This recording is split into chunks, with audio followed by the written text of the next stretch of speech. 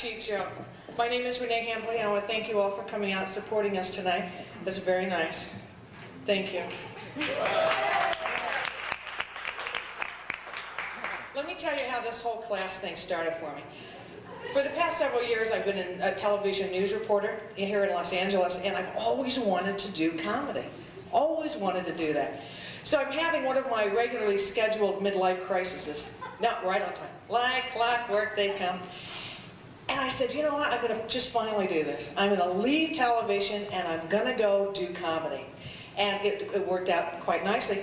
But see, my thing was, I'm thinking, how different could comedy be from news? I mean, they're like, you know, you have to be demented to be in news and comedy. Your job is at other people's expense. I could do that. You could have fun. You have fun at both jobs, only as a reporter, fun's a little different. Like, fun to me is going up to OJ and saying, so, what are your plans for the holidays? Oh, I'm sorry, that's right. What's really fun, you know those little plastic things, the little earpieces in the anchor's ears? Have you ever noticed that? Or did you think they were all hard of hearing? No, they were, thank you. They wear these little plastic things, and that's how the directors and producers speak to them from the control room, you know, usually during commercial breaks and stuff. What I like to do is go into the control room, push the button when Paul Moyers is actually reading the air and saying, Paul, you have a booger hanging out of your nose. In Beverly Hills today, oh, he loved that. He's so insecure. But I made friends. Yeah, no, I wasn't. I made friends. I got to know the Menendez brothers better than my own brother. Oh, yeah, we're very close. Actually, I like them better than my own brother. You know, Lyle is the sexy one, even without that toupee, but we don't like to bring that hairpiece up. Now, I love you. You keep this woman. But I got a little disillusioned, I guess, right around with the LA riots. You know, you remember that unfortunate time. Yeah. What a pain in the butt that episode was. You know you should second guess your career when your boss hands you a bulletproof vest and a can of spray mace. You know, you should really think, has anyone ever worn a bulletproof vest? Uh-huh. You. What did they weigh? 300-400 pounds, you think? Oh, they're heavy. And they're big and they're blue and they'll look so nice under a sheer silk blouse. Oh, with the little buttons straining open, you know. It was a fashion nightmare for me. So I decided, well, what happened after the riots? The floods came, right? And they had me doing all of my live shots, standing in the middle of these raging torrents of water, you know, standing there in hip-waiter boots. And then after the floods came the Orange County Malibu fires, and we all got issued the yellow slickers with the corduroy collar. And the Northridge earthquake, we all had to wear our hard hats. I didn't look like a news reporter, I looked like a spokesman for the Army-Navy surplus store. And I wanted to get out before the killer bees got here because God only knows what I'd be wearing for that little story. So I had a very understanding husband.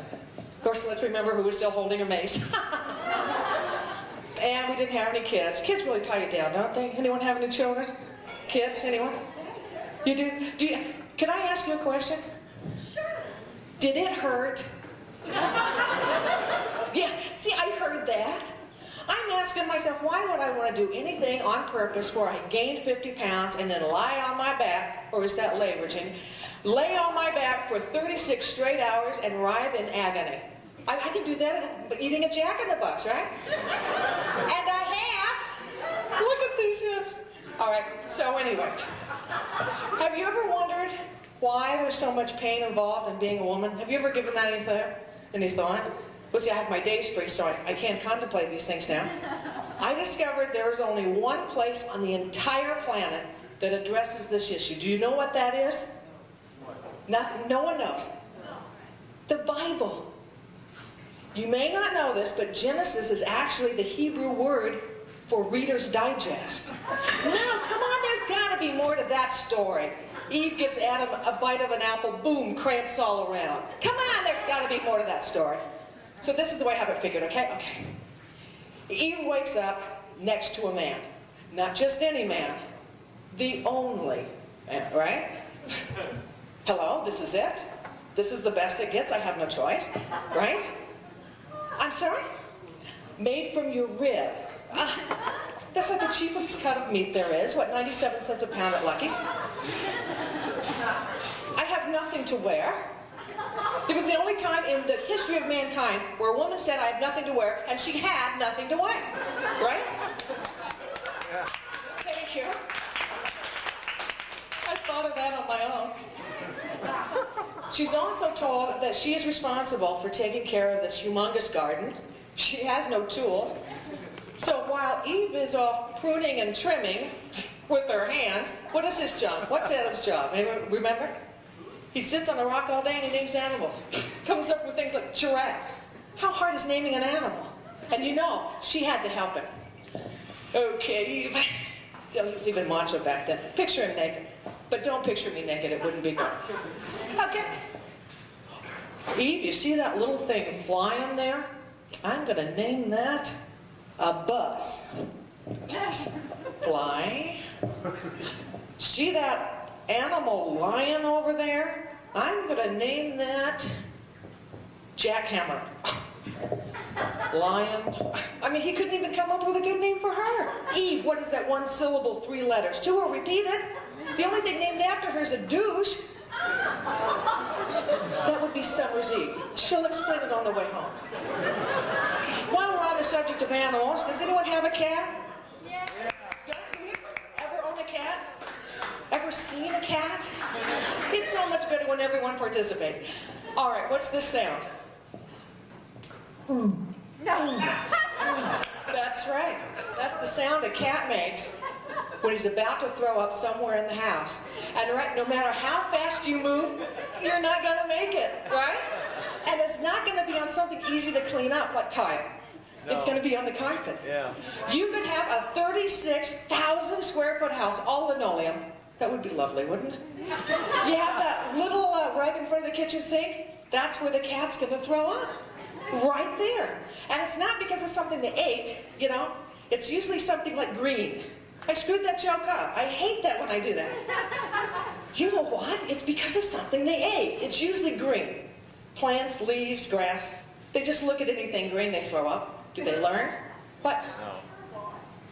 That isn't in the repertoire. We'll talk after the show. That would be good. No, hairballs is good, ma'am, really. I like that. Maybe next show. Where was I? Green, thank you. All right, and just look at anything green. See, this is really pivotal to the whole routine. Okay. Green. Okay. They eat it, they throw up. Do they learn? No. They go back and they eat, don't they? And then they throw up. It's not because it's sick, it's because it's stupid. Thank you. She's much better than me, by the way. Okay. You just threw me, ma'am. I'm sorry. All right, so what comes after the damn cat story? I hate my life. Let's go back to news. Hi, everybody. No. It's the cat thing. It's like a mystery of life, and I know we all have those. It's one of those things that you live your whole life, and you'll never be able to explain. It kind of is like thong underwear. Oh, who is right? Who thought of thong underwear, for God's sake? I spent my entire childhood pulling my underwear out of my butt. Why would I want to grow up and then put something there on purpose? Right? And a thong bathing suit. Hello? Does anyone here wear a thong bathing suit? Huh? Good, because you don't look good. We're making fun of you.